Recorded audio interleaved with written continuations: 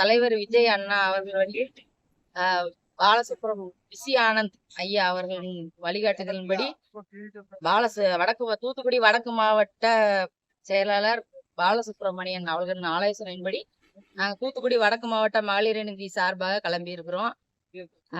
தமிழக வெற்றி கழகம் மாபெரும் 2ஆம் மாநில மாநாடு மக்கள் விரும்பும் முதல்வர் வேட்பாளர் உங்கள் விஜய் அவர்கள் வழியில் கிளம்பி இருக்கிறோம். நாங்க மதுரையை நோக்கி கிளம்பிட்டு இருக்கோம். பாரப்பட்டி 2026 எங்க தளபதி விஜய் அண்ணா அவர்கள் தான் முதல்வராக வருகை தருவார்கள் என்று நாங்கள் எதிர்பார்த்து கொண்டிருக்கிறோம்.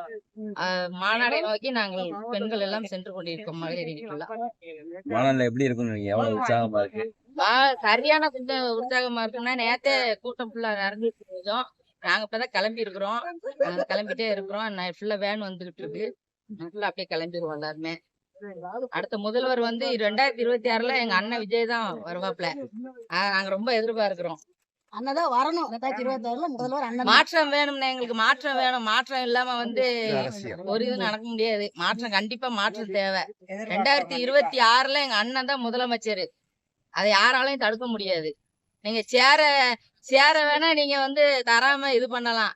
ஒப்பந்தம் போட்டுட்டு சேர் தர மாட்டேங்க. நீங்க சேரே தரலனாலும் பரவாயில்ல, நாங்க தரையில உட்காந்து மாநாட பார்ப்போம்.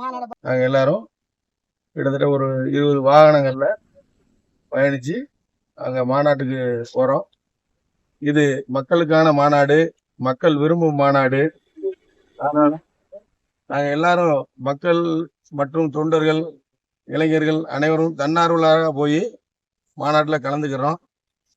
அது எதிர்காலத்தில் 2026 தளபதி அவர்கள் என்னப்படி மக்களின் மாற்றத்திற்காக இந்த ஆட்சியை மாற்றத்திற்காக ஒரு சிறப்பான ஒரு ஏற்பாடை முன்னிறுத்தி இந்த மாநாடு ஒரு வெற்றி மாநாடாக அமைவதற்கு கோயில்பட்டி தமிழக வெற்றி கழகத்தின் சார்பாக மீண்டும் ஒரு வாழ்த்துக்களை தெரிவிச்சுக்கிட்டு மாநாடு நோக்கி பயணிக்கிறோம்.